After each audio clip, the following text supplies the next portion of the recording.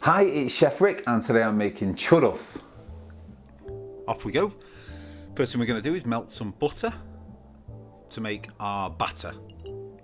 So all quantities will be in the description below, but that was a pan on a relatively low heat and that just melts it nice and gently and stops the butter really splitting. We're going to add some plain flour and some baking powder. Sieve those into a bowl. If you have to sieve flour and baking powder together, mix them like that in a sieve. Don't need to do them separately. What I do separately is just put some salt around the top, around the outside.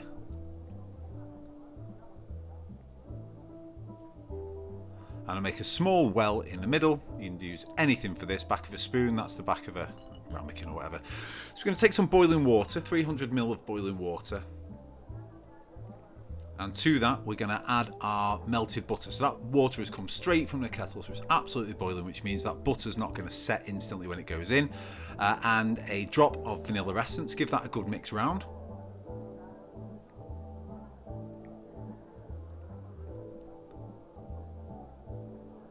And now pour that into the well that you made in the flour mixture. And as soon as it's all in, start mixing it. See how ready I was with that spoon? Boom, straight away start mixing that.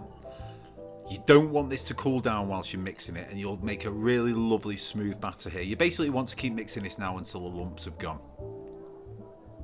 Had you let that sit for a while, everything would have cooled down, that butter would have started to harden, and it would have been much more difficult. So yeah, you want to mix this now. You can see the camera steaming slightly there. It just shows that this is still hot. It's really easy to work with, but it's yeah, it's like a hot mix.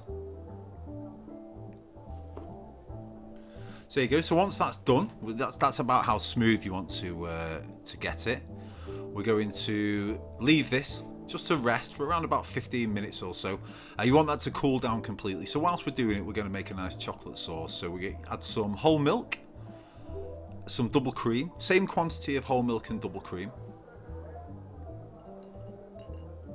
and some dark chocolate, not the really dark stuff, so you want this around about the 70% mark.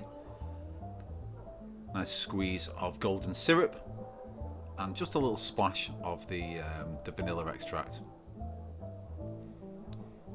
Keep mixing that, make sure none of it sticks. You still want this on a low heat, low to medium.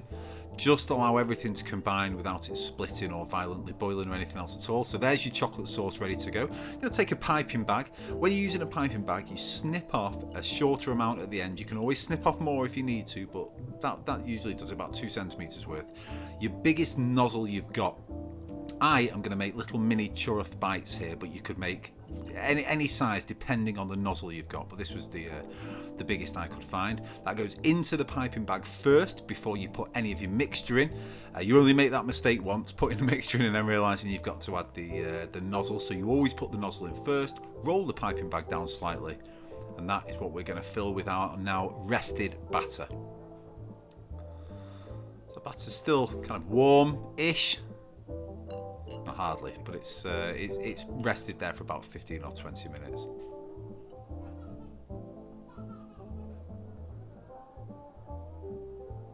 There we go, so that's in our piping bag. You want to do this in batches. I'm making nice, like little small, like I said already, churros, but even if you're going to make massive ones, don't fill that piping bag with every single bit of your batter, because it's just going to be really difficult to hold and to work with. So you want it just like that, so it's really nice and easy to use. A traditional topping or coating for these, certainly in Portugal, is a little bit of sugar mixed with cinnamon. So that's what we're going to do here.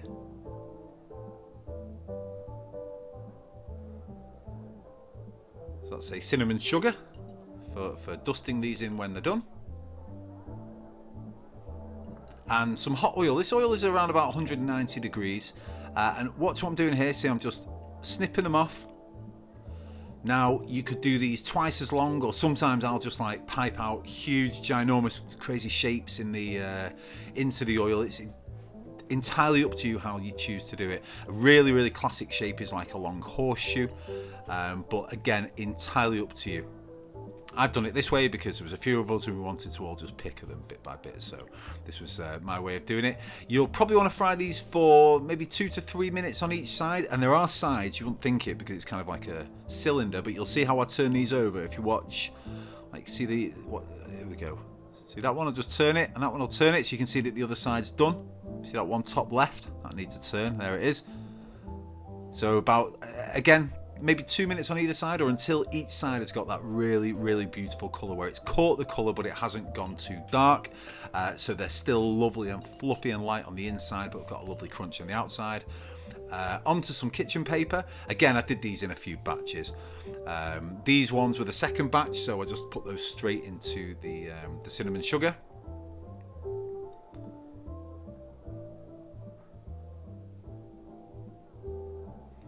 And it really is as simple as that. So we've got like a nice little ramekin there, which we're going to put our lovely, lovely warm chocolate sauce in. Arrange the churros on a plate like this. In fact, this is purely because I'm doing these like little mini bites. Arrange them however you want. Dunk them in whatever you want.